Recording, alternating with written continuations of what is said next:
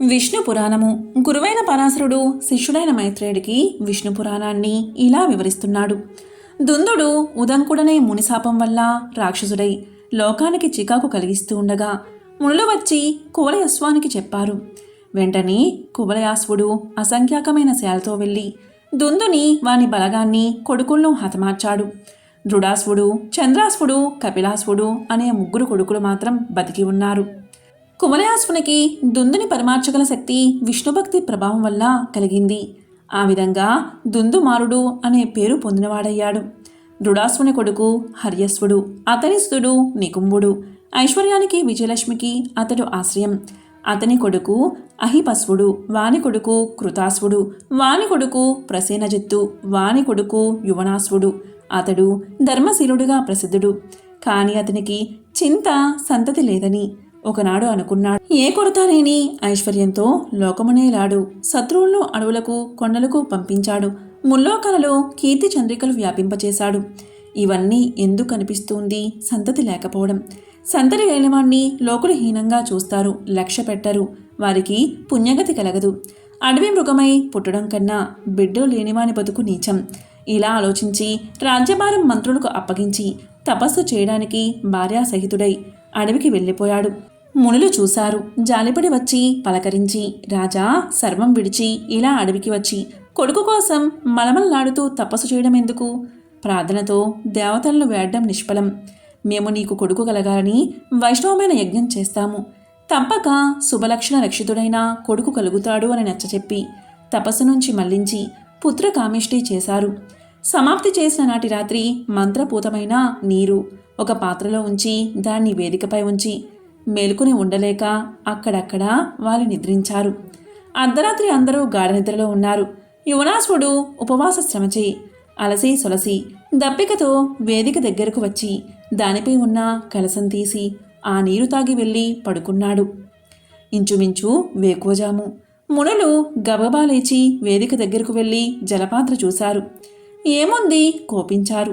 సంతతి కలగాలని ఎంతో శ్రమపడి పుత్రకామిష్టి చేసి రాజపత్నికి ఇవ్వడానికి ఉంచిన మంత్రోదకం తాగినా ఆ మూర్ఖుడు ఎవడో చెప్పాలి, చెప్పకుంటే శపిస్తాము అని గట్టిగా అనగా రాజు లేచి వెళ్ళి ఇలా అన్నాడు. శాంతించండి మునులారా. ఉపవాస ఆయాసంతో అపరితమైన దాహం కలగగా శరీరం ఉడికెత్తగా భరించలేక ఆ మంత్రజలం నేనే తాగాను అన్నాడు. ఇక మునులేమంటారు విచారించారు. రాజా, మా సంకల్పం తప్పక ఫలిస్తుంది. కానీ అది వ్యతిరేకమైంది. నువ్వు గర్భం ధరిస్తావు.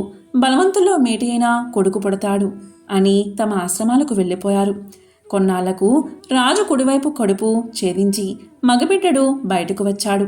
ఆ సమయంలో దివి నుంచి పుష్పవర్షం కురిసింది. దివ్య దుందుబులు మోగాయి. గగనవాణి పొగిడింది. సురగణాలతో ఇంద్రుడు వారి వద్దకు వచ్చాడు.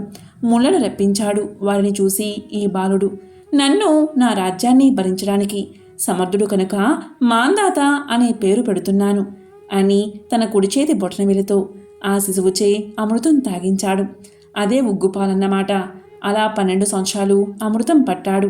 అలా 12 సంవత్సరాలు కాగా మాందాత 7 దీవులలో అలరారుతున్న భూమిని కైవసం చేసుకుని ఏకఛత్రముగా పాలించే చక్రవర్తి అయ్యాడు.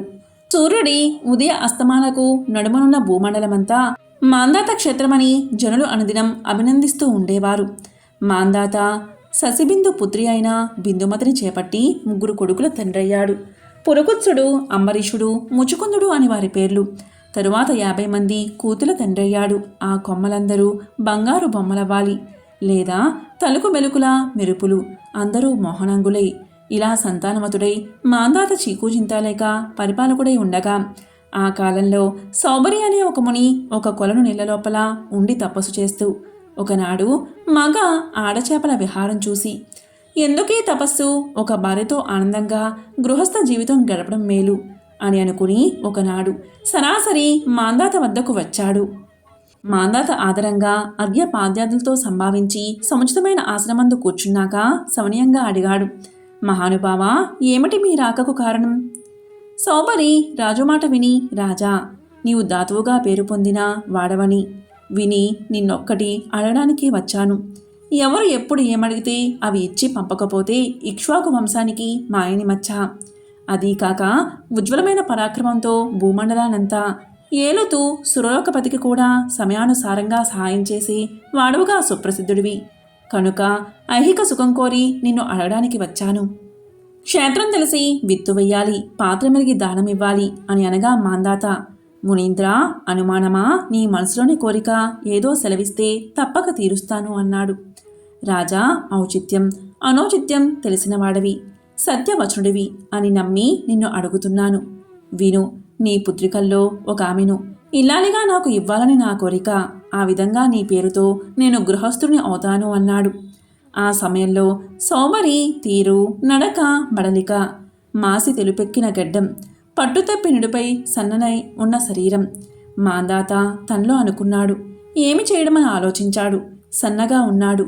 మా పూర్వులు కన్యను మెచ్చిన వారికే ఇల్లాండ్రుగా ఇచ్చారు. అంతేకాని ఎంత ఐశ్వర్యం ఉన్నా అందచందాలున్నా ఇచ్చేది లేదు. నేను ఆ త్రోవని వెళ్ళదలిచి ఉన్నాను. మునీంద్ర, నా మనవి విను. వయసు మళ్ళీ శరీరం దిగజారి చిక్కి ఉన్న నిన్ను మోహనరూపు రేఖలున్న నా కూతుళ్లలో ఏ ఒక్కతైనా ఒప్పుకుంటుందా అన్నాడు. మాందాత మాటలు విని సోబరి నవ్వుతూ అన్నాడు, రాజా, మంచి మాటే అన్నావు. నిజమే, నేను ఇలా ఉన్నాను. కానీ నా మాట విను. నన్ను నీ కూతుళ్ళు ఉన్న చోటికి తీసుకువెళ్ళు. వారు నన్ను చూసి ఇష్టపడితే ఏ కూతురునైనా ఇచ్చి పెళ్లి చెయ్యి.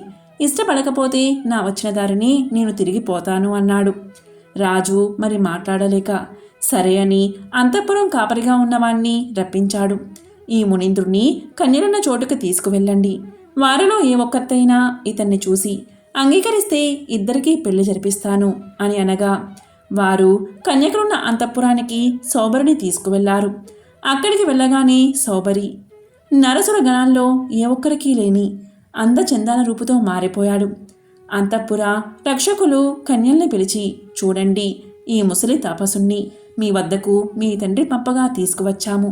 మీలో ఒకరిని భార్యగా ఇమ్మన్నాడైనా మీలో ఎవరు ఇతన్ని చూసి ఇష్టపడతారో చెప్పితే మీ నాయన మీ ఇద్దరికీ పెళ్లి చేస్తాడు. చూడండి అన్నారు. ఇక సుందరాంగులు సోమరి రూపురేఖలు చూసి మురిసిపోయారు.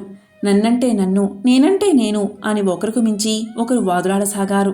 కాపరి రాజు వద్దకు వచ్చి, ప్రభూ, నీ కూతుళ్ళందరూ ఆ మున్ని చూసి ఒకరితో ఒకరు వాదిస్తున్నారు. నేనంటే నేను అని చెప్పగా మాందాత ముని తపోమహిమకి అబ్బురపడి శుభముహూర్తాన 50 మందిని సోమరికి ఇచ్చి పెళ్లి చేసి సమృద్ధిగా వస్త్రాదులు ఇచ్చి మునివెంట పంపించాడు. సోబరి భార్యలతో ఆశ్రమానికి వచ్చి దేవశిల్పి అయిన విశ్వకర్మను తలుచుకున్నాడు. అక్కడికక్కడ ఎదుట నిల్చున్నాడు అమరశిల్పి. అతన్ని చూసి సోబరి చెప్పాడు, నేను గృహస్థుణ్ణి అయ్యాను. నా భార్యలందరూ మహారాజ పుత్రికలు, దివ్య భోగాలు అనుభవించారు. కావున వారికి నివసించదగిన రతనాలు పొదిగిన బంగారు గోడల మేడలు నిర్మించు అన్నాడు. అలాగే అన్నాడు శిల్పి. ఉత్తర క్షణంలో దివ్య భవనాలు, వాటిలో హంసతూలికా తల్పాలు, నిల్వటద్దాలు, పెరట్లో పువ్వుల తోటలు, నడబావులు సర్వసముద్దిగా రూపొందించాడు. ఇక ముని అయిన సోబరి ఎంతగానో సంతోషించాడు. తన భార్యలను ఆ భవనాల్లో ప్రవేశపెట్టాడు. మరి వారికి పనికెత్తలు ఉండాలిగా ఒక్క క్షణం ఆలోచించాడు. తపశక్తితే అప్సరసలను రావించి భార్యలకు సేవకులుగా నియమించాడు. వారికి తగిన అమూల్యాభరణాలు కానుకలుగా ఇచ్చాడు. షడ్రసోపేతమైన ఆహార పదార్థాలతో ఏ పూటకా పూట కలిగిస్తూ భార్యలతో ఆరగిస్తూ ఆనందిస్తూ కాలం గడుపుతున్నాడు. అక్కడ మాందాత కందమూలాలు, కాయలు, పళ్ళు తింటూ కడుపు చుచ్చుతో నలుగుతూ ఒడలు దిగజారి ఉన్న తపసికి కుసుమ సుకుమార కుమార్తెలను ఇష్టభోజనాలతో పుష్టిగా ఉన్నవారిని కూతుళ్లను ఇల్లాండ్రుగా ఇవ్వాల్సొచ్చింది. వారి స్థితి ఎలా ఉందో చూడాలని భార్యతో కొందరు పెద్దలతో సోబరి ఉన్న అడవికి వెళ్ళాడు.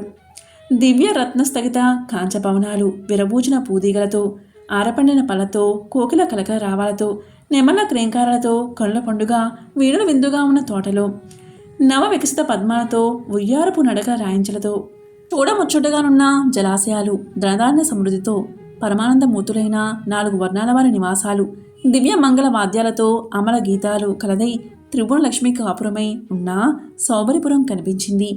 దాన్ని చూడగానే మాందాతకు సందేహం కలిగింది. ఇది వరకిక్కడ ఊరనేదే లేదే, ఇప్పుడో పురం. ఇంద్రపురాన్ని తలకిందులో చేసే వైభవంతో ఒప్పారుతూ ఉండడం, ఇదేదో దేవతల సృష్టిలా ఉంది.